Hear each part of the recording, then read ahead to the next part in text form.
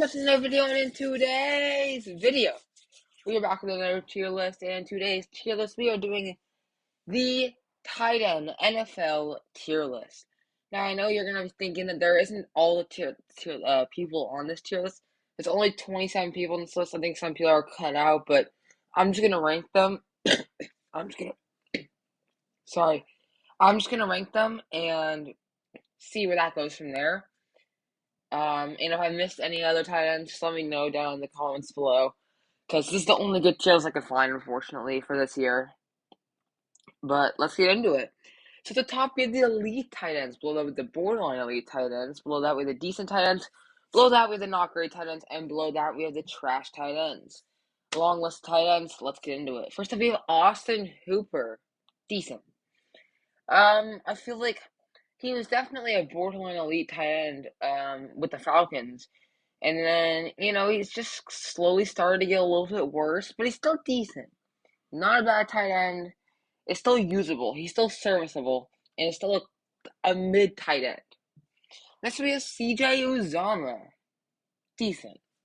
The thing with CJ is I feel like this year he hasn't gotten as much praise from the Jets as he did with the Bengals. And with the Bengals, he was great. He was great with the Bengals. And now on the Jets, he's kind of like, he's decent. I haven't really seen him much. Haven't really heard his name much on the broadcasting, but I still believe in him as a good tight end. Next we have Cole Kmet. Not great.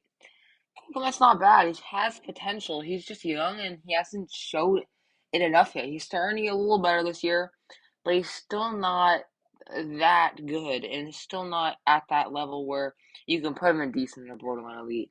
But he has had some good games this year, and you can see he's definitely evolving as a player. Next would be Dallas Goedert, borderline elite. Good tight end, man. He's a guy that is great replacement from Zach Ertz earlier in Philly, and he's worked well with Jalen Hurts, and he's kind of getting overshadowed by AJ Brown and Devontae Smith, but he's still a great wide receiver, a tight end, and it's hard to rank tight ends if you think about it. I think the main things are team leader is a big part. I think Dallas Goedert is one of the leaders of that team. He goes in borderline elite. Next should be a Dalton Schultz. Decent. Definitely a few years ago, maybe I'd be saying borderline elite. He's definitely got kind of overshadowed by CeeDee Lamb, but he's still a great tight end. Keep saying wide receiver. Still a great tight end. Definitely has a lot of potential. Young, and I can tell you right now that he is a really solid tight end. Next up, we have Darren Waller. Borderline elite. Thing with Darren, I feel like this year has not been his greatest year, but we know the talent there. We know his physical attributes. We know how good he can be. And I'm going to put him in borderline elite for sure. Next up, we have David Njoku. Very decent. This year, he's been very decent. Been one of the favorite targets for both Jacoby Brissett and now Deshaun Watson. Has always been quite a good option. And it's been kind of probably the second best option in that Cleveland offense for receiving behind Amari Cooper. And with David Njoku, he's a big boy. He's a big man, and he can catch any ball that comes his way. Definitely a decent tight end. Next up, we have Dawson Knox. Decent. This year he's been playing a little bit not great, but we again know the potential. We know how good he can be, and whether he wants to unlock it or not is up to him. It's up to his quarterback, honestly. It's up to Josh Allen to find him, but he's still being involved. Just not as involved as he used to be. Next up, we have Evan Ingram. Not great. The thing about Evan Ingram is he's had some good games this year. He's started to look a little bit better this year. But I can't trust him to say that he's indecent or borderline elite yet. I need to see a full season of him being like this, and then I'll definitely give him some praise. But he's been playing great this year. Next to be a George Kittle, elite. I feel like a lot of people, I'm not being biased by saying this, but I feel like a lot of people don't talk about George Kittle as just not, people just look at him and be like, oh, you can see his receiving and his yards, and it's not that good. First of all, he's been injured. He's been on and off injuries, battling in his career the past 3 years. And second, he does so much more than just catch the ball. He's an amazing blocker. He's a great pass protector, and he can create a lot of space for his other wide receivers. A big dude, a big beefy man, similar to Darren Waller, but I think he's a little better than Darren Waller. Next up, we have Gerald Everett. Not great. Again, like a guy that has always kind of been a backup, and now he's getting a chance in Seattle. He's not playing bad. He's definitely not trash, but he's not anything special, and just not something not too enjoyable to watch. And he does what he needs to do, but he's not the best tight end. Next up, we have Hayden Hurst. Not great.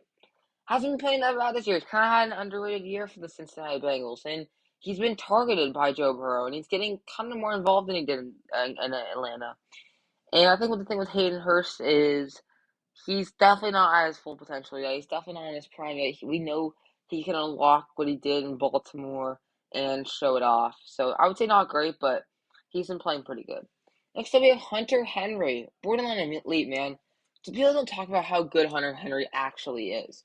Touchdown machine is gonna get you, get open for his quarterback, and he always seems to be in the right place at the right time. Always seems to catch a touchdown and is always very consistent. Next up, we have Jack Doyle. I mean, isn't he retired? I'm just gonna put him in trash because he's retired and really was never that good. He's more of a not great, decent kind of tight end. Next up, we have Jonnu Smith. Trash. Just I don't think he's not he's a backup tight end for a reason. Was good when he was in Tennessee. Has not really been involved in New England too much. I think he realistically is not great, but he hasn't done anything as well, so I gotta put him in trash. Next up, we have Kyle Pitts, borderline elite. This year, not quite elite, just not getting as much, and it's not his fault. It's Marcus Mariota's fault, but unfortunately, you gotta put him in that range where yeah, he's borderline elite. Next up, we have Dan Bellinger, I think. Not great. He's been playing decent for the New York Giants. He's been getting open. He's been getting chances, but he's definitely not a not great.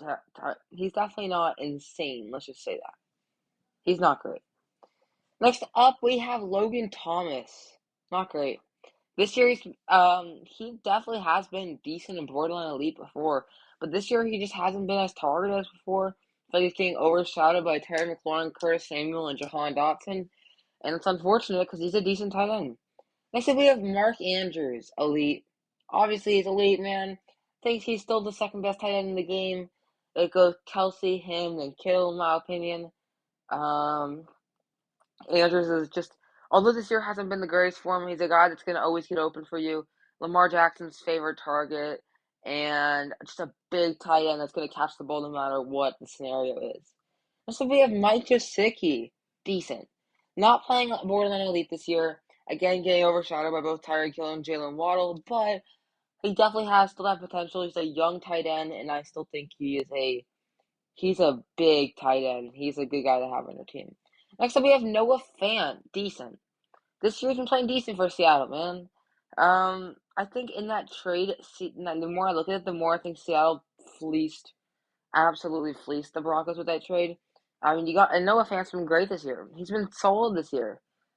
He's been getting touchdowns, being a decent option for Geno Smith. That's all around him. He's just decent in every single category. Next will be a Pat Freiermuth, borderline elite.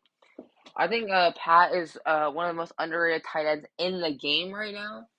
Not only can he catch the ball, but is a good pass protector. He can get open, and in a guy that's kind of had a different quarterback in every single year he's played so far, and not the greatest quarterbacks, he's making things out of that, and he's still a touchdown machine. Next up, we have T.J. Hawkinson, borderline elite. Could be even elite, honestly. I'm saving elite for only three people because I feel that's the main three people that are elite. But T.J. Hawkinson's been great. He got traded to the Vikings. Is still great. And is definitely a really underrated tight end. And even in Minnesota, he's getting chances, which is awesome to see for TJ, that he's actually getting opportunities when he wants it. Next up, we have Travis Kelce. I don't need to say much. He's the best tight end in the game. And he has been the best tight end in the game for the past 5 years. Next up, we have this guy. I don't know who this guy is. I don't even know who this guy is. He's a rookie tight end. I'm gonna guess because he's not in a uniform, but I'm just gonna put him in. I'm just gonna put him in not great because I don't want to insult him in case he's like God or something like that. But I'm just gonna put him in not great because I literally do not know who it is. Actually, I'll just put him in trash because if we're being honest, I don't know who it is, so he's gotta be trash. Next up, we have Tyler Higbee. Not great this year. Again, it's not his fault. He's had not great quarterbacks, and I think he just hasn't been involved as much as he was when Jared Goff was the quarterback. He's an underrated tight end, just not being involved as much as you want to see from him. Not great. Next up, we have Zach Ertz. Borderline elite, man. He's been great. He's been great for Arizona. A great target for the last 2 years for Arizona. Kyler Murray has trusted him, and I think he's barely a borderline elite tight end, but I think he still is one. And that's the end of the tier list. If you guys like these tier lists, make sure to leave a like and subscribe to the channel. We are at 88 subscribers, only 12 away from that hundo, which I super want. So if you guys can please hit that subscribe button. Comment down below what other tight ends I missed in this tier list, or if you want to see a running back tier list, comment down below saying you'd like to see it. That's the only position I haven't done.